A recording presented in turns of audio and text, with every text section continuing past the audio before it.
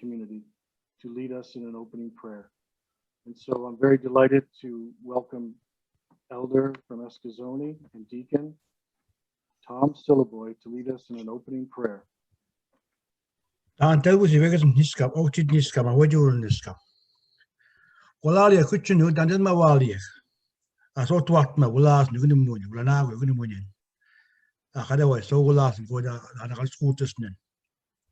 Almighty Father, we thank you, the Creator, for this meeting that we were about to have, and have our open hearts and our hearts in the name of Jesus Christ. In the name of the Father, the Son, the Holy Spirit. Amen. Ahoy.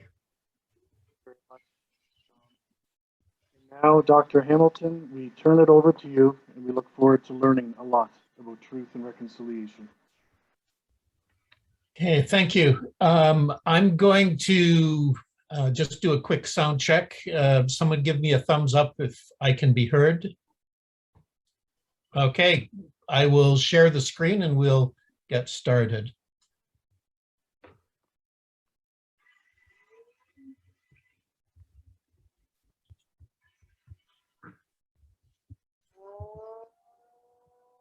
So everyone can see the screen?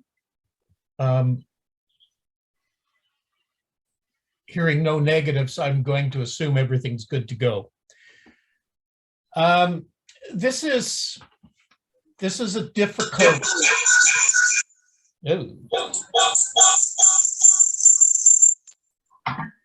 This is a difficult issue to be discussing in Canada, probably for the next number of years. And it is primarily painful because it challenges us to think about ourselves and our own society. And it's a circumstance where there's plenty of blame to go around. And the challenge now is to acknowledge what happened and move forward from it. And I want to focus this evening on providing some thumbnail sketch of what the Canadian residential school system was all about, what were the primary motivations, how we see this system developing across most of the country, and then focus on what some of the consequences and outcomes of the school system were, and then beg the question, what's now? What next? Where do we go from here?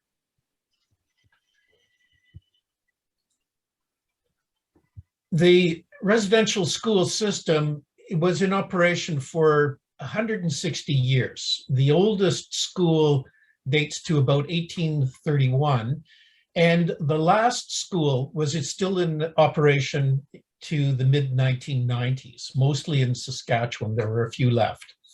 After about 1880, they were primarily financed by the Canadian federal government, but the day-to-day operations were conducted by several Christian churches. Most of these schools are distributed across Western and Northern Canada, and they really expanded rapidly after the 1870 purchase of Rupert's Land from the Hudson's Bay Company by Canada, and accelerated even more after the beginning of the modern treaty period. They reached their peak in the 1930s with up to 80 schools in operation. And when we look at the background documentation, it's quite clear that the federal government's interest was primarily to accelerate the assimilation of Indigenous people to Euro-Canadian values. And the rationale focused heavily upon indoctrinating the children in those communities. And this is very clearly evident when we look at the Indian Affairs policy documents. Now, this is a process that began fairly early in the history of Canada, and it repeatedly reflects these themes with transformation from indigenous culture into something else that assimilated indigenous people into the larger Canadian society, however that was defined. And we can see this in a lot of the imagery that was being produced at this time, with children being photographed in sort of before and after images. And you can see this quite clearly in this illustration of Tom Kiesik that was taken early in his time at a residential school. And that time at the school was quite short. Within 4 years, he had contracted TB and was sent home to his home community, where he died shortly thereafter. These schools are distributed irregularly across the country. We see the vast majority here represented in Western Canada, Northern Canada, with only a weak distribution across Southern Quebec, Southern Ontario, and only one school in the Maritimes. Now, this is a bit of a misnomer because this only includes the schools that the Truth and Reconciliation Commission were authorized to examine. There are a number of other schools that are not part of that brief. And most notably, the schools that operated in Newfoundland and Labrador are not included because, of course, Newfoundland and Labrador weren't part of Canada during much of this time. There are many more places where children were sent to schooling, and this is part of that not yet fully documented legacy. Now, the whole process of transforming one society to reflect the values and practices of another is a very widespread phenomenon. It's practiced by virtually all organized religions, and it involves the deliberate spreading of religion and culture to others, to transform them, to help them find the way. This, of course, is the basis of how evangelism operates. And Christian churches were engaging in this practice pretty much from the very beginnings of the age of European exploration and colonialism. And we can see a circumstance where the church's religious priorities are very much in concert with the colonial administrative priorities of the various colonizing nations. There's a convergence of interest between the churches and the various colonial governments. There is a certain distinction, though, between some of the rationale and motivations. Now, the federal government became closely involved in the operation of the residential schools after about 1870, certainly by 1880.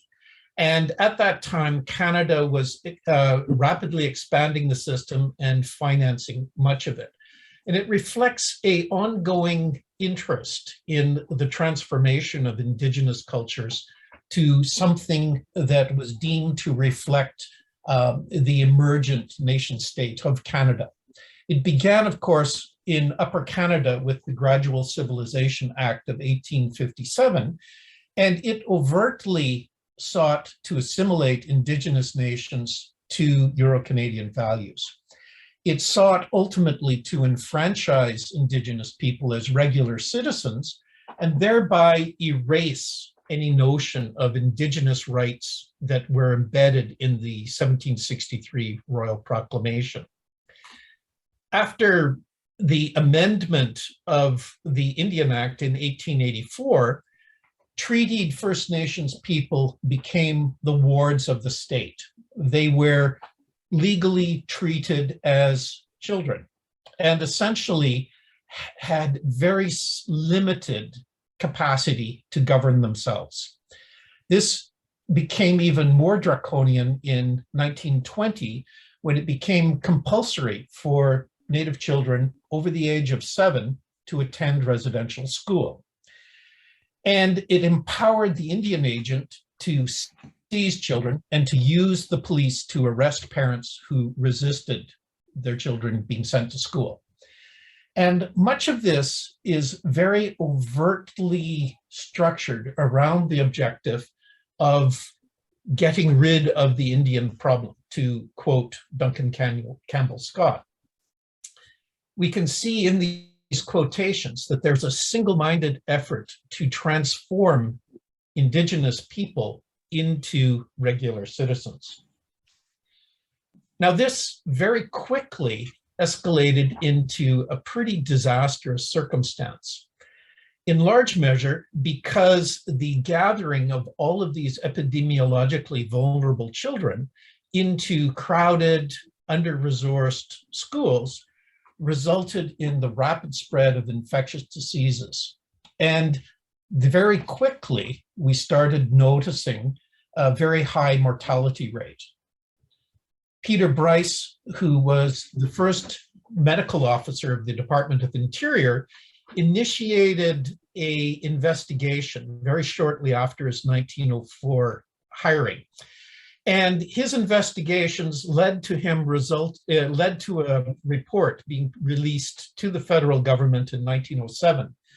And he concluded that the mortality rate in the schools that he investigated, some 35 across Prairie Canada, usually exceeded 50% of the students.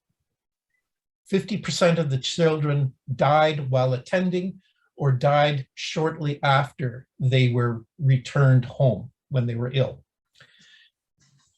He made the point that this very high mortality rate was due to exacerbation by the living conditions within the school. His report was not well received in Ottawa. It was suppressed, and essentially he was marginalized, and he was forced to essentially independently publish his report in 1907. And he faced fairly significant resistance and blackballing by federal government officials for the rest of his career, for the rest of his life. And the primary architect of this blackballing is, of course, Duncan Campbell Scott, who sort of rose through the ranks within the Department of Indian Affairs. And this quotation that you see on the right, attributed to Scott in 1910, kind of captures the damn the torpedoes orientation of the people who were running the show with the Indian residential schools. He said that they die at a much higher rate than in their villages, but this alone cannot justify a change in policy, which is geared towards the final solution of the Indian problem. Now, this is very disturbing and very troubling.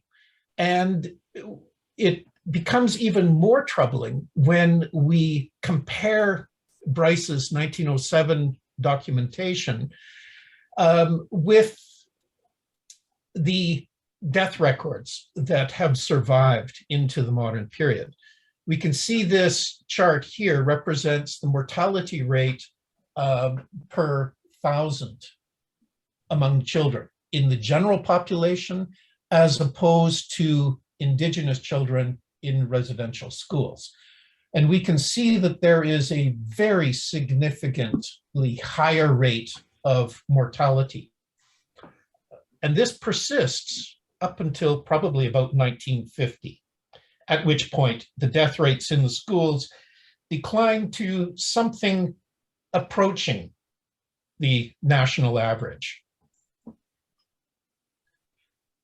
So with this kind of information, why did we see a persistence of the residential school system in spite of its disastrous consequences?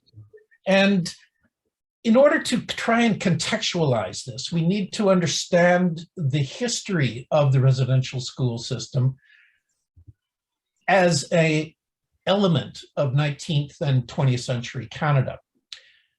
Canada, as it emerged as a nation state, faced very significant challenges, not least of which was very substantial expansionist interest from the United States in the 1860s and 1870s.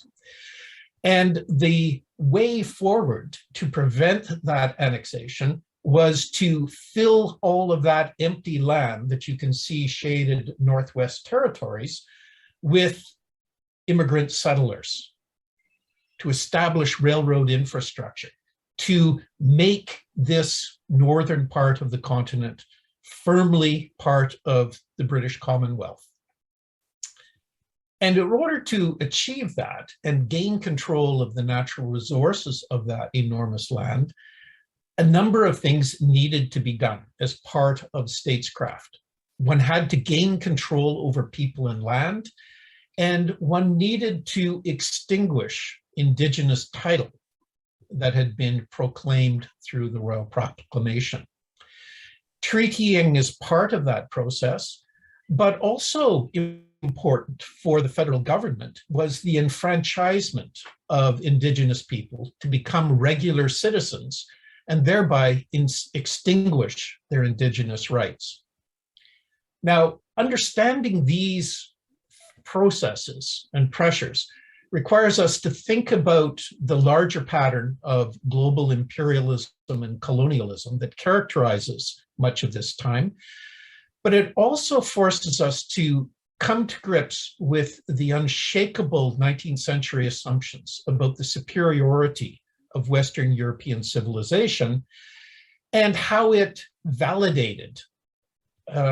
validated by a misinterpretation of Darwinian evolutionary theory that had become very prominent in academic circles by the 1860s and 1870s. And this is important to recognize because when we look at the history of emerging social sciences, such as sociology and anthropology, we can see how those disciplines help to popularize these flawed misinterpretations of evolutionary theory.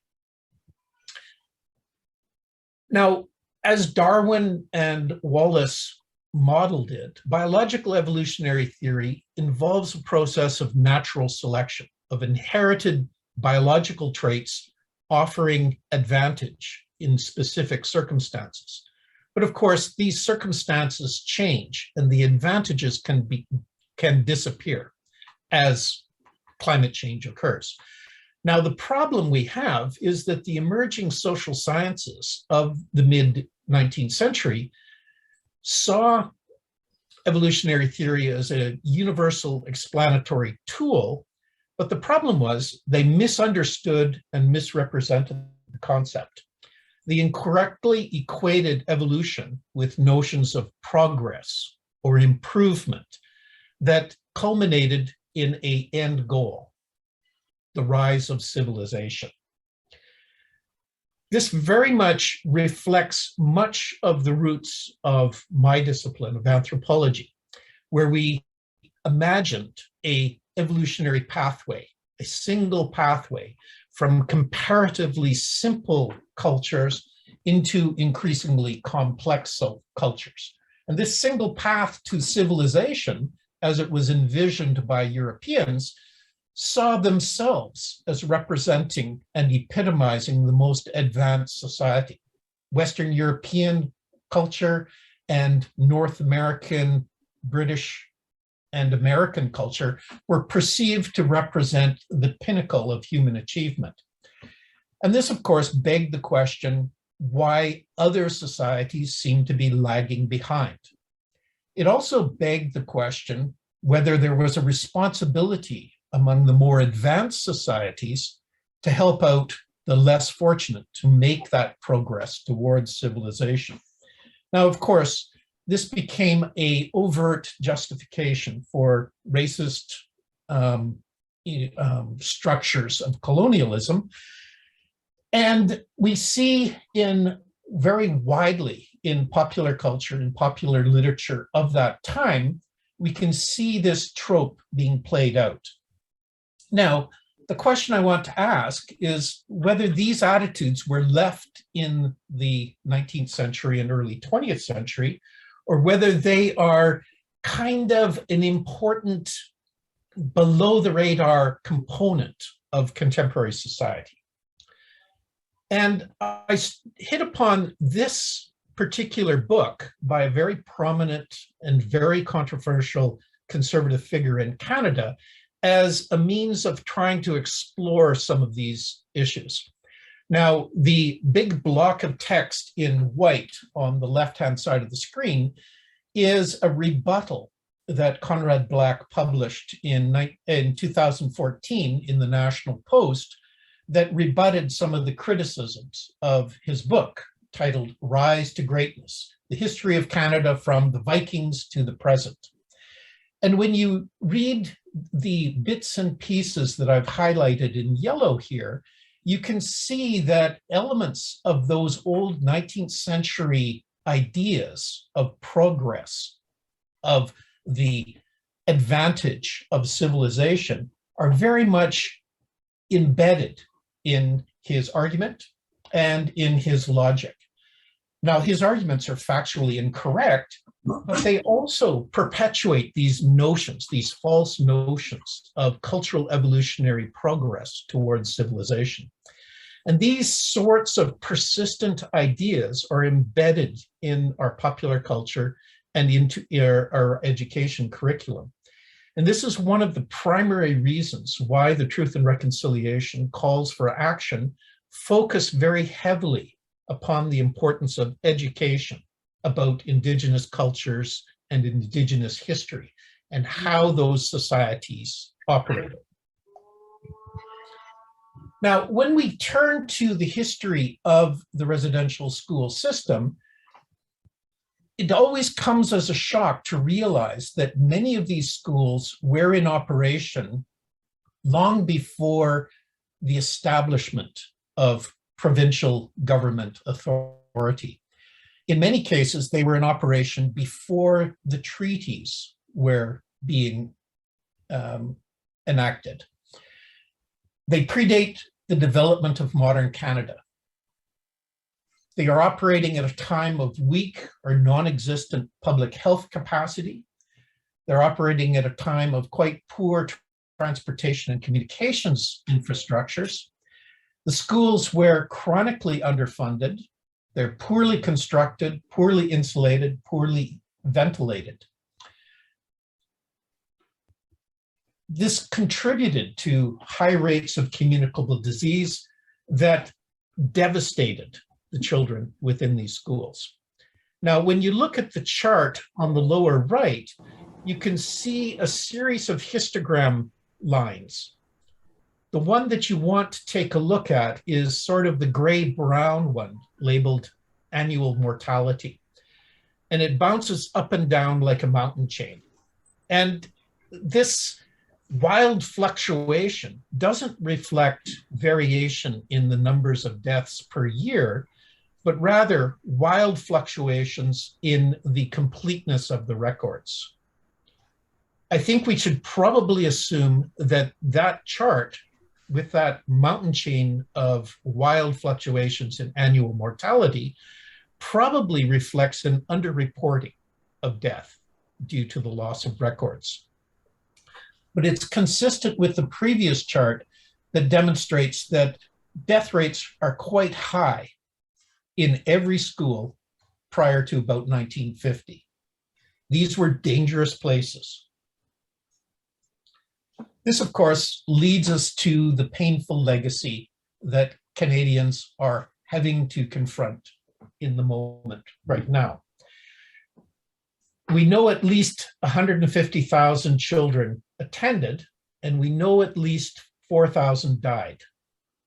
There are many more that remain missing. They never returned home. The testimony that the Truth and Reconciliation collected speak of chronic hunger, of abuse, of illness, of lifelong trauma and intergenerational trauma. These are painful legacies that Indigenous communities are still living with. Now, we've known about the residential school conditions for a very long time, since 1907, 1922. Indigenous families, in their circumstance of being powerless under the authority of the Indian Act, have known this from the very beginning. There was no public acknowledgement and no apology until 2008. And it wasn't until 2015 that the Truth and Reconciliation Commission reports became widely read and accessible. We still don't know in 2021 how many children died because of these incomplete records. Many of the known dead are unnamed. We don't know the circumstances of their death. And also important, we don't know the fate of many other children who never returned to their communities. These stark and painful questions are haunting First Nations communities and driving the current search for lost graves. It's an important challenge that all Canadians need to embrace. Now, my work for the Truth and Reconciliation Commission began late in 2013, relatively late in the mandate of the commission. And I was asked to do a desktop research exercise, trying to identify as many cemeteries as I could find in the places where the schools were known to have been established. And this was extremely difficult. It was much more difficult than I anticipated, largely because of the very poor quality of records that were available at that time. And also because, frankly, the ambiguities and the uncertainties and the complexities of the histories of each individual school. It was very clear from other researchers' work that there were multiple deaths at all of the schools that predated 1950. It also was clear that there were many methods of burial. Sometimes children were buried on the school grounds, sometimes in nearby missions, sometimes in municipal or reserve cemeteries. Sometimes desperately ill children were returned home to their families where they died and were buried within their communities. And also a large number of children who were ill were sent to Indian hospitals and sanatoria. And if they died there, they're probably buried in yet more unmarked graves that are associated with those facilities. We also have a circumstance where the federal policy for much of this history was to bury the dead at the lowest possible cost. And of course, this represented the rationale for maintaining cemeteries on the school grounds. There's very poor record keeping, and we have a circumstance where many of the records were destroyed. Apparently, during the Second World War, there was a major effort at reclamation of paper, and many of the documents disappeared as part of that process. But it is clear that there are many deaths, and while probably communicable diseases are particularly important in understanding the cause of death, these circumstances are exacerbated by poor nutrition and the overcrowding and the substandard health care and the living conditions and the stress and the overwork and the corporal punishment and all of the abuse that children faced. When the schools closed, it created a kind of jurisdictional vacuum. There are very few records about where the cemeteries are located, and virtually none of those cemeteries are being maintained. The wooden crosses are disappearing over the decades, and vegetation is overgrowing them, and they become lost to memory, except for the memories of survivors, many of whom are very elderly people who are painfully remembering their childhood. This is a very traumatic process. So what now?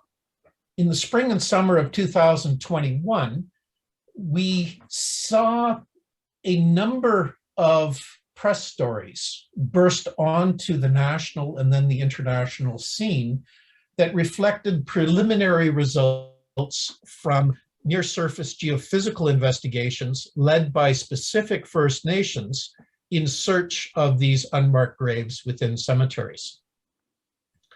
This triggered a public response, which in turn forced a provincial and federal government reaction. Many First Nations and survivors groups and treaty organizations have begun the process of mobilizing and coming up with plans. Now, this is a very slow process because each of these schools probably contain children from many different communities. How to reach consensus about best ways forwards, how to plan, how to do the fundraising, how to build technical capacity, what methods to employ in order to achieve different results. Now, I've spent a fairly significant amount of time over the last 6 months providing briefings, talking about the methodologies that are available, and more specifically, talking about the strengths and weaknesses of these methodologies, and making clear that these methods all face the risk of false positives and false negatives. And what are the implications of those built-in biases of the techniques? So I want to talk briefly about some of the methods that might be out there. From my perspective as an archaeologist, probably the most important first step is mapping these localities. And this can involve fairly traditional map-making instrumentation, such as theodolites and total stations. It can also involve aerial mapping using drones. It can also involve terrestrial and aerial LiDAR as the first step for getting a sense of the space that needs to be investigated subsurfacely. All of these technologies are expensive. They all require trained operators, and many are comparatively untried in the task that we're asking of them, the detection of unmarked graves of children. These are some data from some of my own UAV work on cemeteries. This is a series of images from Cecilia Jeffrey Residential School in Kenora, Ontario. And the images that you see in the top half of the frame represent satellite images. And they look pretty clear and crisp until you start zooming down to a higher level of detail, at which point they get very blocky and grainy and not all that terribly useful. As a consequence, I've begun experimenting with the use of drones or unmanned aerial vehicles in an effort to produce higher resolution maps. And those are some examples that you can see in the lower two images. Now, of course, we've got a problem. All that dense forest and all that tall grass obscures the evidence, obscures the potential graves. But it does produce much higher resolution imagery. And as you can see in frame F, we can actually see some of the white painted wooden crosses that survive on the most recent version of the cemetery. This is data that is not from a residential school, but a First Nation community in the Lake Nipigon Basin asked me to fly one of their historic cemeteries this past spring. The cemetery had lain abandoned for about 50 years after the community got evicted from their land in order to make way for a provincial park. They recently regained control of that land and have been clearing and maintaining the cemetery. Now, of course, all of the wooden crosses have pretty much all disappeared, but they are cutting the grass down and keeping the woody vegetation at bay. And I flew the drone at a 40-meter elevation and subjected the imagery to a process called photogrammetry that takes two-dimensional photomosaics and creates a third dimension, a representation of relief change. So the image on the left, you can see the photomosaic with all of those red arrowheads marking potential grave shafts, where the grave has collapsed down, creating a shallow, elongated depression. The image on the right, labeled B, shows the contour lines that are derived from that photogrammetry effort. And we can see rows of elongated depressions that represent the unmarked graves. This is essentially one line of evidence. I use the metaphor to a blind man feeling an elephant. And all of the non-invasive methodologies that are being utilized or proposed represent a different blind man feeling different parts of the elephant. And depending upon the strengths and weaknesses of each methodology, you're going to have a different interpretation of what an elephant is. Similarly, with the search for unmarked graves, depending upon the method you're going to use, you are going to be subject to the strengths or weaknesses of the various methods. The challenge is to balance those strengths and weaknesses to come up with kind of compromise interpretations.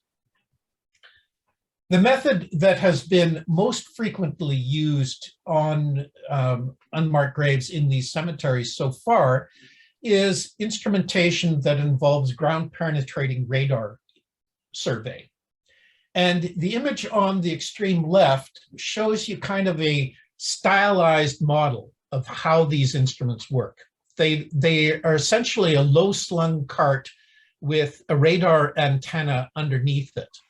And that radar beam is projected down into the ground, and certain parts of that signal are rebounded back to be received by the receiver antenna when the radar beam encounters a change in soil texture or a change in substance within that ground surface.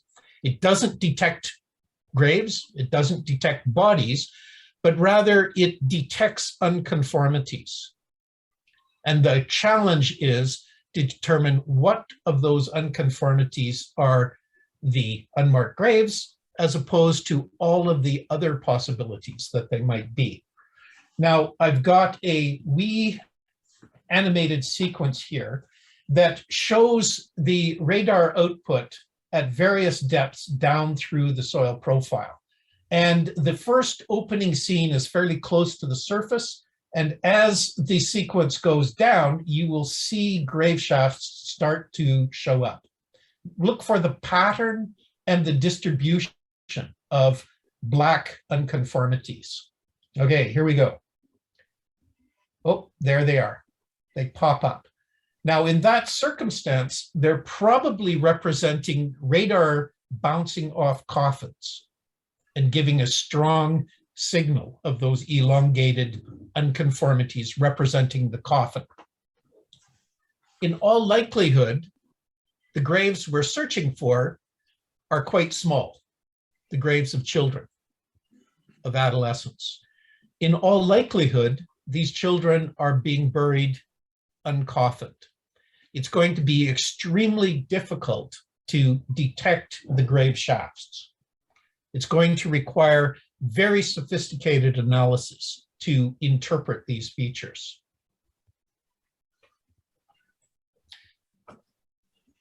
In principle, GPR sounds like a really cool science that's going to solve our problem. The challenge is that most users of GPR technology are civil engineering consulting firms who are looking for buried pipe infrastructure.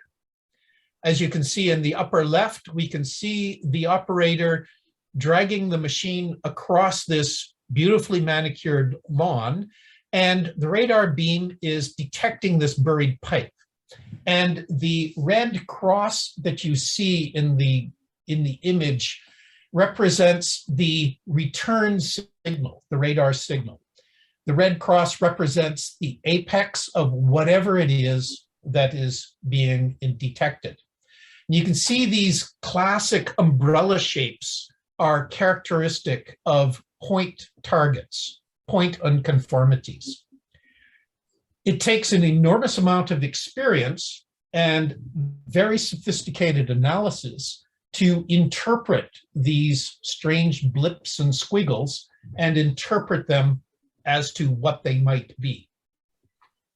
This level of training is very rare, and it's going to be hard to develop that capacity given the demand.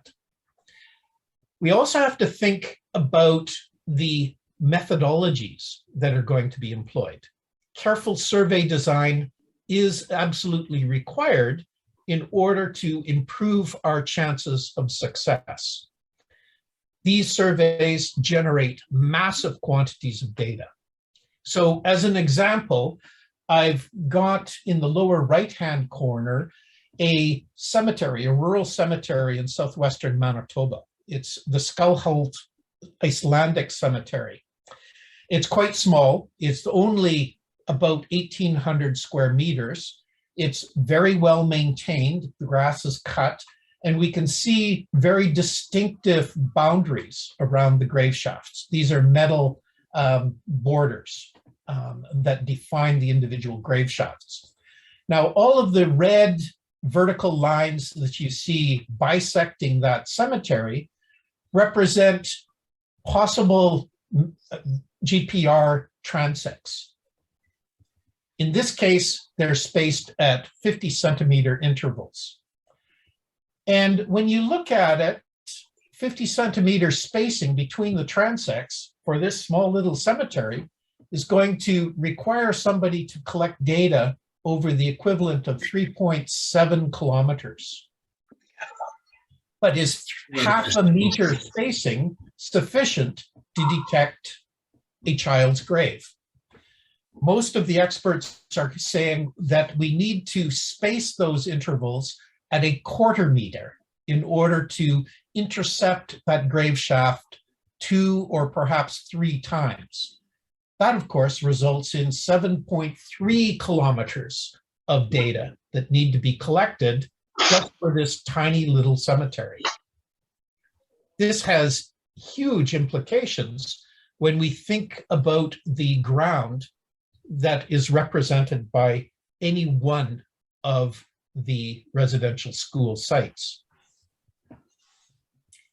What does the data look like? This is data from the Kamloops residential school that was presented in a press conference about 2 months ago. And what you see on the left-hand side of the frame is a cross-section along one of these radar transects. Dr. Beaulieu is an expert in the use of ground-penetrating radar for detection of unmarked graves. She did her PhD on this topic.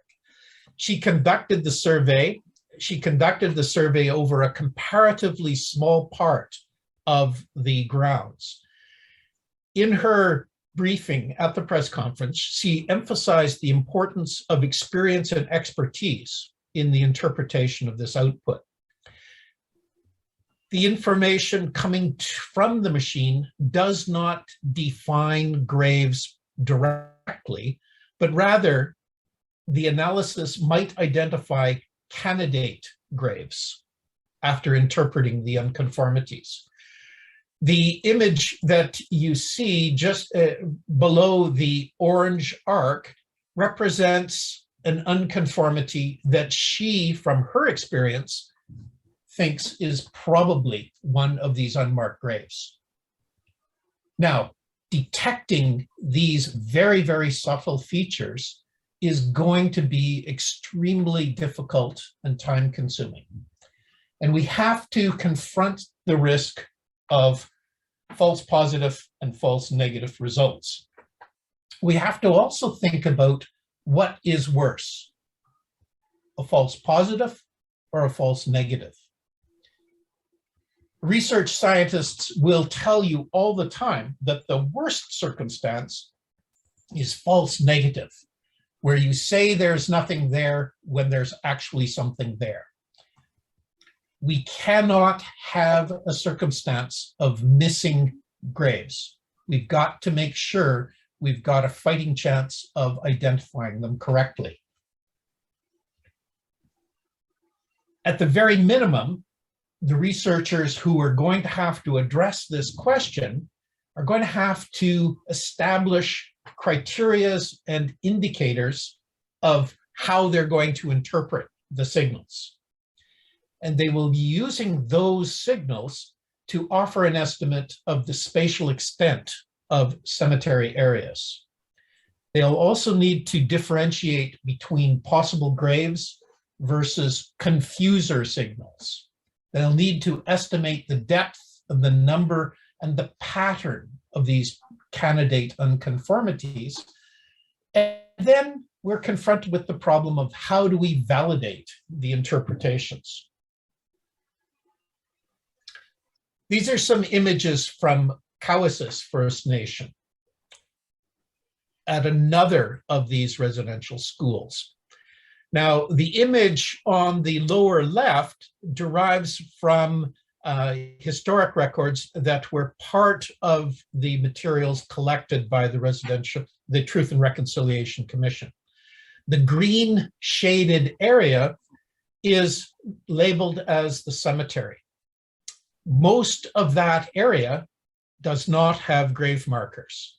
As you can see in the lower right image, the west end of that cemetery area is the currently used portion of the cemetery that is used by the Kawasakis First Nation. But the balance of that cemetery area is featureless. The upper two images show the GPR survey in action. Now, none of the research output from this project have been released yet, but these press photographs showing the pattern and the distribution of red flags where unconformities are detected is giving us a pretty good indication that a substantial number of them are probably candidate graves.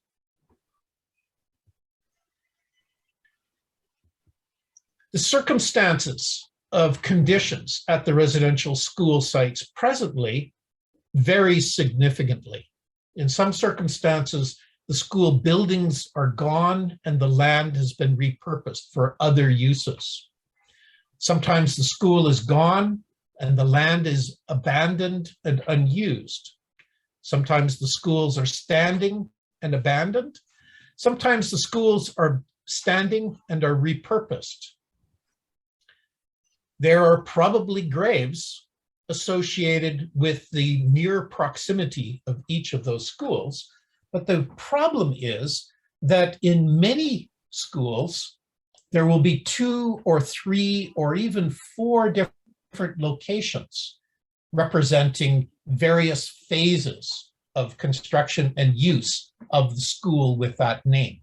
So while there might be 130 named schools identified by the Truth and Reconciliation Commission, there's probably close to twice as many actual locations.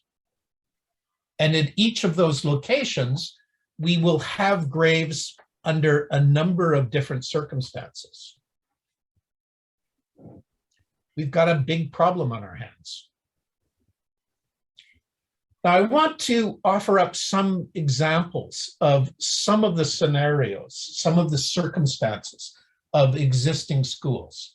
This is the first iteration of Cecilia Jeffrey at Shoal Lake in northwestern Ontario. west of Kenora, very close to the border with Manitoba. It was in operation in the very late 19th and early 20th century. And it's located upon this peninsula that has been essentially abandoned by this residential school for nearly a century. It's been repurposed as summer camps, Bible camps. It has now essentially lying abandoned. You can see that there's lots of tall grass, lots of brush, lots of mature forest. Where is the school located? Where might the cemetery be located? How much time and effort is going to be required in order to find those features before we start investigating them? It's going to take several years.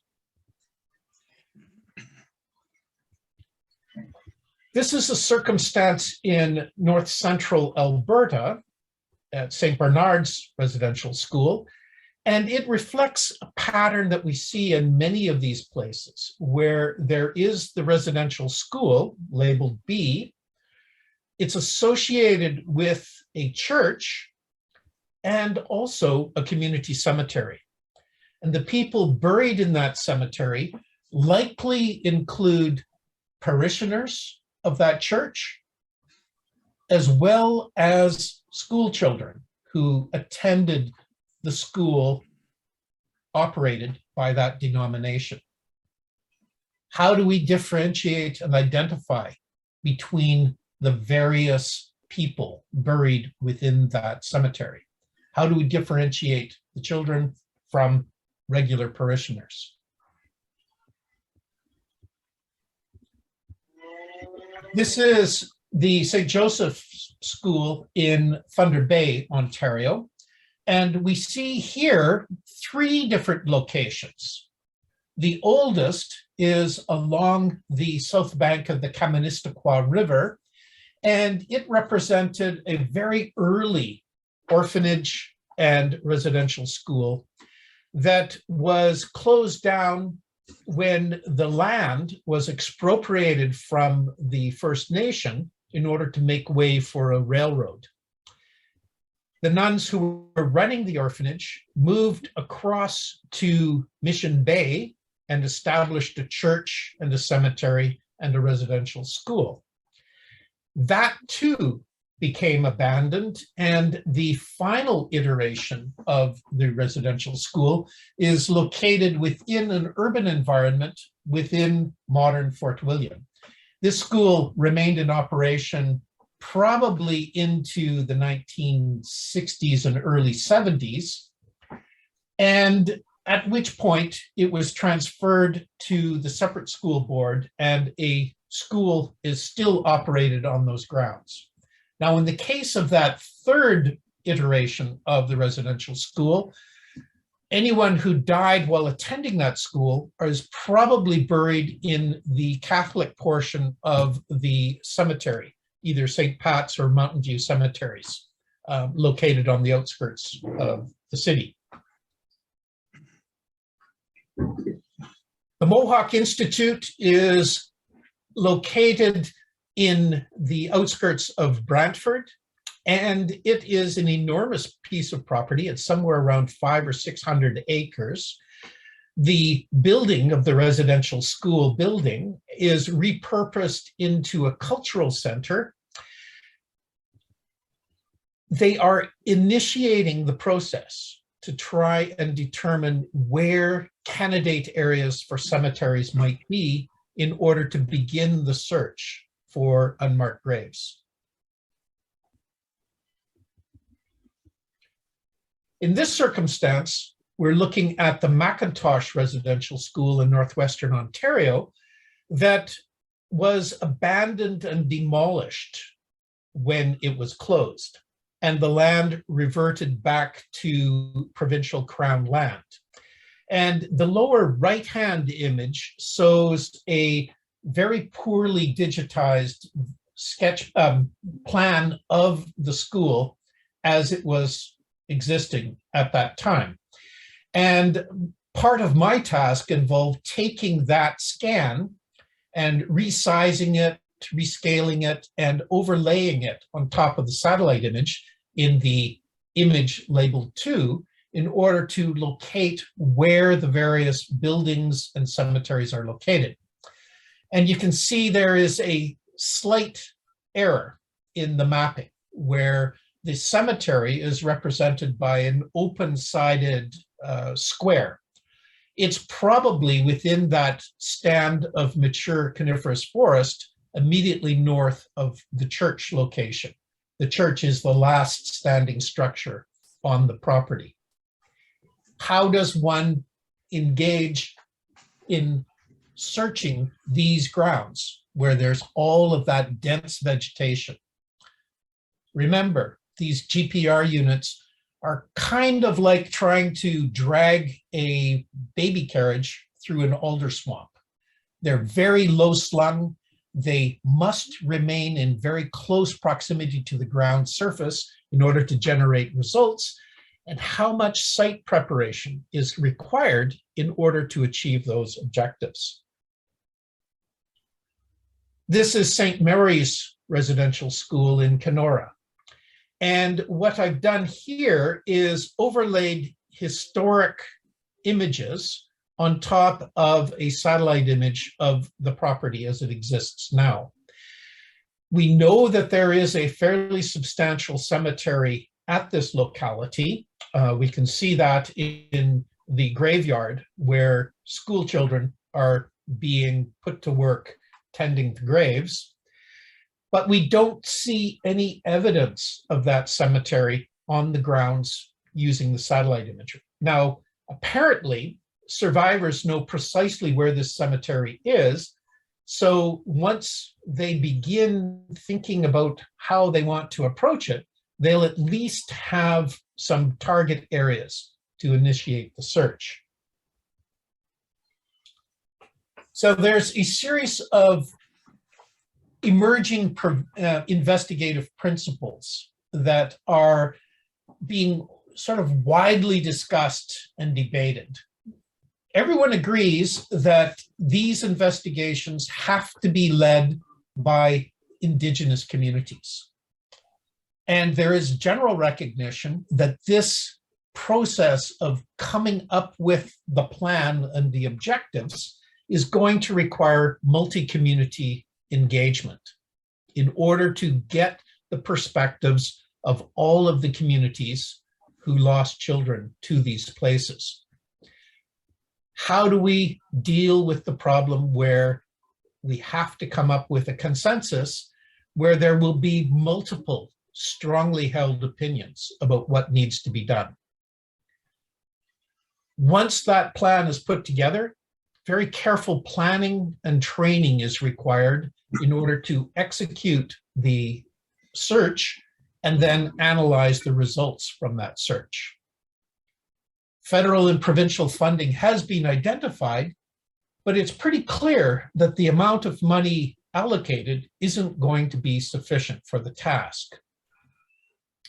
Many schools have multiple candidate cemetery areas, and many schools have multiple locations, all requiring documentation. Eyewitness information and written records have to be collected and consolidated more effectively. And it's then and only then that we can start considering the non-invasive investigative methods.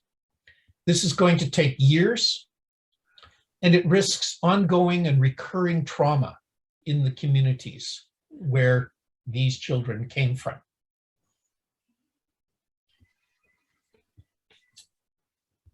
There are a number of pathways being discussed. Clearly, integration of local knowledge and written records is an important part of this. Ceremony is recognized as being the essential first step before any on-the-ground work is undertaken. The sites then have to be prepared so that they can be effectively investigated. And then the non-invasive investigations, data consolidation, processing, analysis, validation, And then what's next? Are these burial places circumscribed and protected and maintained and commemorated? Some communities are speaking of wanting to repatriate the children who died, return them to their home communities. How does one do that? How do you sort out the identity of all of the individuals lying within these unmarked graves? Does it involve DNA analysis? Where do we collect the comparative DNA? What about the exhumed children that we cannot identify? What happens to their bodies? All of these kinds of questions need to be addressed. So I want to close with this slide and caution you to be very careful what information you consume, particularly online.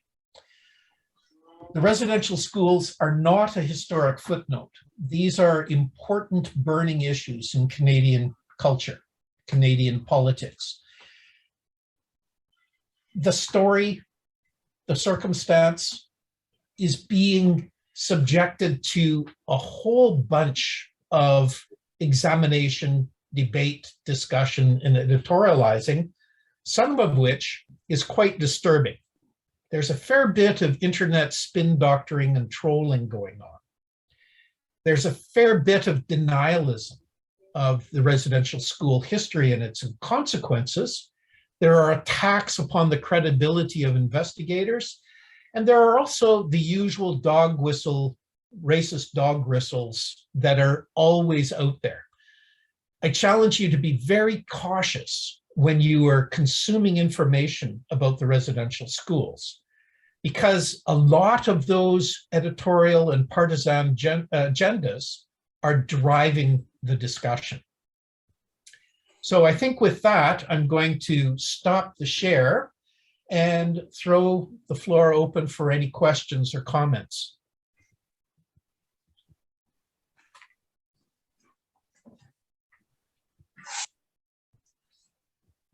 Mr. Hamilton, I'd like to open the floor up now.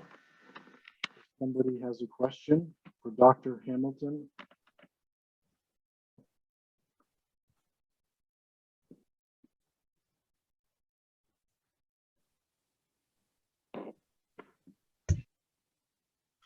It's Richard Musto in Calgary. Thank you, Dr. Hamilton, for really a fascinating presentation. What do you have any, well, I guess a couple of questions. One, if you have suggestions about a framework or organization for this kind of work, number one, and number two, what contribution can the Roman Catholic Church make to it with respect to whatever records the Church might have and how they might partner with the nations and other communities? The first question of how to move forward, what to do first, is a very delicate and challenging one. And somebody like me doesn't get to offer suggestions. This is an issue of considerable sensitivity, and the communities have made it very clear that they don't want a whole bunch of outsiders telling them what they need to do. The approach that I have taken is to stand back and wait until communities ask me to offer perspective. And those asks have primarily been involving making briefings to survivors groups and councils, and discussing elements of what is the methodology, what's its efficacy, its effectiveness, how do we know what we know when we use these methods, What do we do when the methods aren't successful? And what's involved in all of this investigation? What is the science? Because there's a lot of misinformation and misunderstanding of what the science of investigation actually is. And this is very widespread. It's not just with First Nations communities. It's very widespread throughout our society because, well, frankly, we've spent the last 20 or 25 years consuming police procedurals involving forensic investigations. And a crime is committed, it is investigated, the data is analyzed, the guilty party is found, tried, and convicted, all in 43 minutes. And there's this false sense of the veracity and reliability of all of these techniques. And forensic anthropologists frequently refer to this as the CSI effect. There's a lot of uncertainty, a lot of ambiguity that comes with these methodologies, and communities need to be fully briefed about how effective these methods are going to be. Will they get the answers if they make the investment in these investigations? And because it's a financial and time investment, but it's also an investment in enduring recurring trauma. It is not easy for the survivors of these places to revisit the place of their childhood pain, to revisit the graves of children that they knew and who are voiceless and nameless in these blank chunks of bush or grassed lawn. This is stuff that communities are struggling with, and they need the time to reflect carefully upon what is the best path forward for them. Now, the larger question of what can the churches do to facilitate and help this process is largely one involving providing access to records that the various churches still hold, some of which have not been a part of the research investigation. Now, for example, this last week, there has been a press release where some of the records of that are associated with the residential school at Cross Lake were examined over these last half year. And that re-examination of the records revealed about 30 children who died at that school that are not represented in the federal records. So I think there was 15 or 20 kids in the records. Boom, we're now more than double that number of children who died at that particular school, because those records then got researched, explored, identified, and documented. We know there are 30 kids, 30 additional kids, but only about a third of them have names. The rest are listed as a child, a girl, a youth. The identity of these children is still unknown, even in those records. Grappling with the responsibility of sharing painful information is a very difficult first step for the churches to engage in. Thank you. This is Bill Burke in Cape Breton in Sydney. Thank you again for an excellent presentation. I'm grappling with something and I'm not sure how to resolve it. At the end, when you talk about the misuse of information and the inaccuracy of certain things, and then that leading to racial dog whistles and so on, I'm grappling with the fact that those things can lead some people to say, well, this is not as serious a problem as the press presented or as these individuals presented. And I'm grappling with it because to me, that's a racist comment because we know that 7,000 children are unaccounted for. And is that not sufficient to say that as a church, certainly, there's no justification for us in any way to even, in a small way, minimalize the severity and the horrific nature of what has happened here. This is a painful truth that the churches are grappling with, but frankly, that's too easy a solution. This is not a problem only of the churches. This system was in operation for longer than there was a Canada in the name of Canada. All Canadians need to grapple our collective responsibility. And I was doing an interview with a colleague in the summertime, and we were talking about this. And as it turns out, she's a recent PhD graduate who came to Canada from Germany. And we used a kind of analogy, a comparison to the struggle that Germans of the last 3 or 4 generations have confronted, coming to terms with the active or complicit action of their grandparents and great-grandparents in the Holocaust. And how do those Germans come to terms with that? How have they dealt with it? And I think that at the risk of,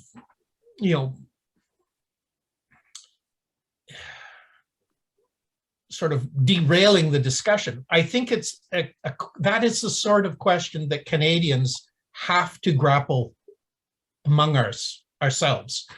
How did this happen? How did this seem like a good idea? And it speaks to the systemic racism of Canadian society, of Canadian history. It speaks to the consequences of colonialism, of that notion that we know what's best for you, that paternalistic notion that is at the heart of colonialism.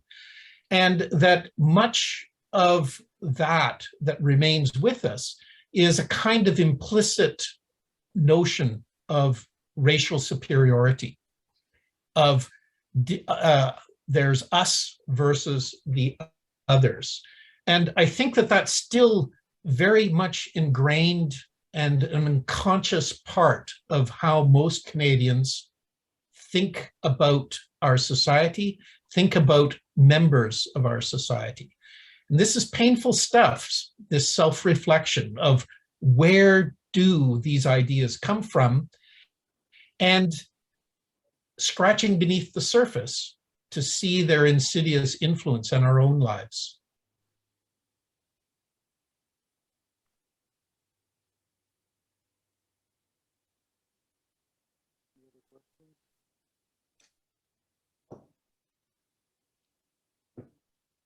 Again, it's Richard Musto in Calgary.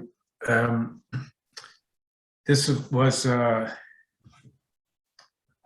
has been a real privilege for you to be involved in this work with the Truth and Reconciliation Commission and the work elsewhere, but clearly it's had a profound effect on you. How are you coping with that?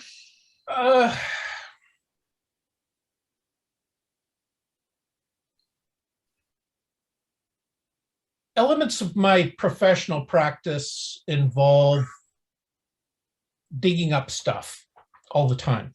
And most of the time I am exploring human culture and human history by looking at the rubble from domestic occupation. Occasionally I do forensics work. Occasionally I do investigation of accidentally disturbed found human remains. And it is tough stuff to do because you either, you develop a thick skin and become kind of callous as a means of self-protection, or it eats your soul up. And usually there's no real, no way of in between. I think people, police officers, military people, firemen, emergency people, they confront horror and tragedy all the time. And they develop that sense of how you get through it.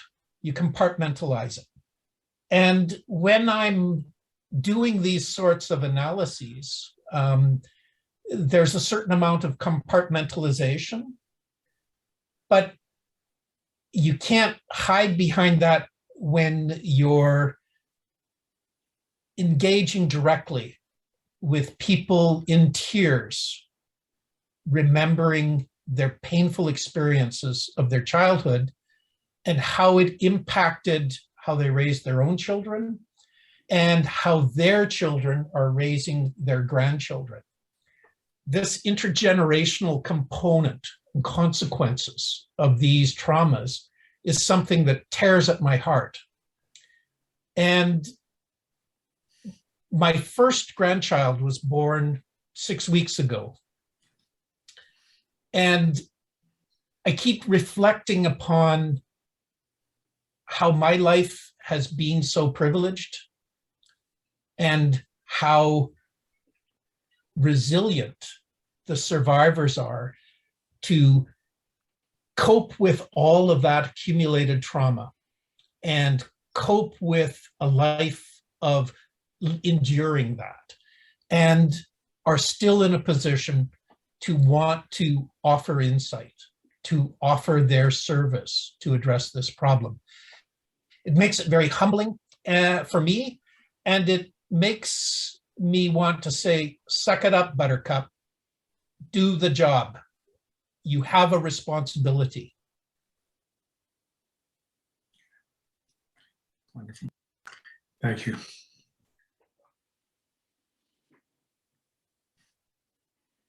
Any other questions? I think even me as a First Nation person and also a clergy, just think how I feel. You know, I feel I'm caught in the middle, hearing my people, you know, even we got that paper from all the Canadian bishops making an apology. And I think they're asking me personally, you know, it's kind of too late now.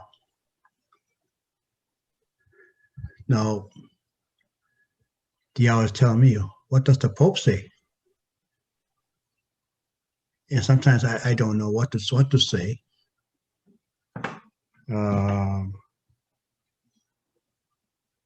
And when you're doing your presentation, it kind of really hit me, because it's my people.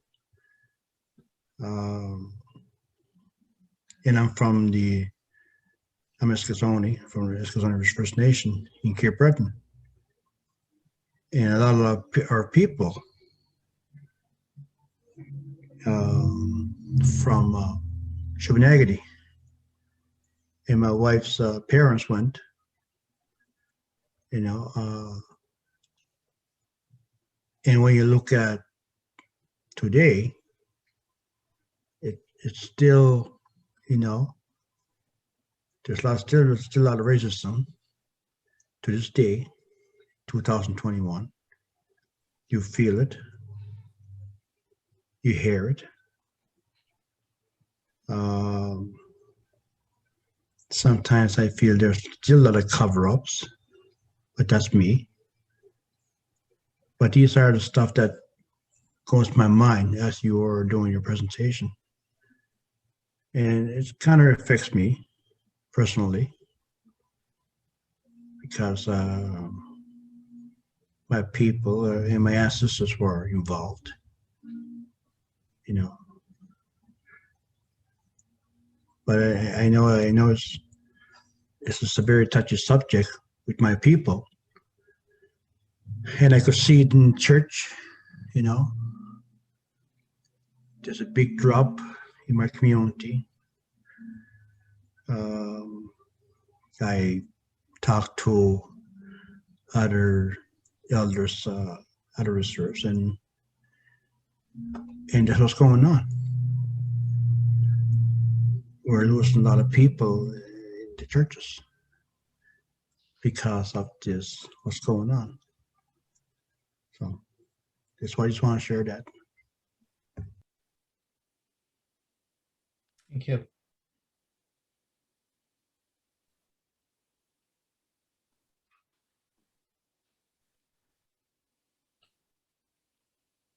Final question. Hi, I have a question. It's Debbie Aker from Sydney, Nova Scotia. I was really fascinated with the technical side of how you gather your information and try to codify it. That's something I've not heard a lot about in the media coverage. And I'm wondering, we know how fast that technology expands. Do you foresee in the future better technologies that will help us with this investigation? Oh, yeah. I'm a bit of a technology and mapping nerd as part of my professional practice. And I've been at this for a pretty long time. I'm getting perilously close to doing this for 50 years. And throughout that professional career, I see multiple rounds of me needing to retrain myself. And I'm in that process right now because, you know, I work in a small little university that doesn't have a lot of research capital, and I'm too far below the salt to get much of it. So I've got to scramble in order to find cash, in order to get productivity toys, in order to do my job. And I'm looking at that process of needing to re-equip constantly, and most importantly, retrain myself constantly. So last week I spent $500 to spend 8 hours in a webinar trying desperately to learn about the physics of ground penetrating radar and what the newest and the latest technology will do to make the job easier. And my brain hurts.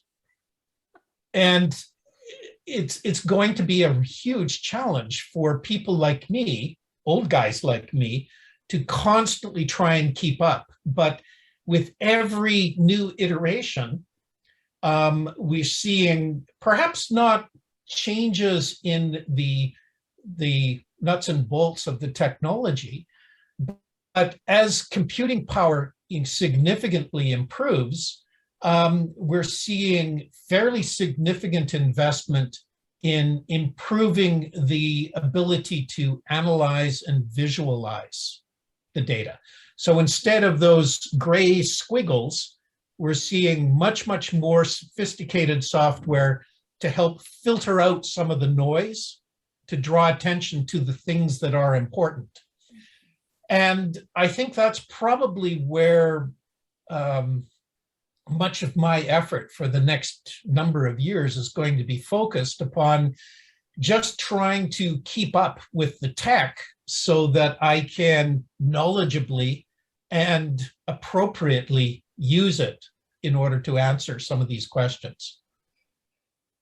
Thank you very much, Dr. Hamilton. It was a fascinating mixture of the treaties with the technology, so it really broadened my understanding of what the work is needed to do this. And thank you, Tom, for your wonderful sharing. It really put everything into perspective. Thank you.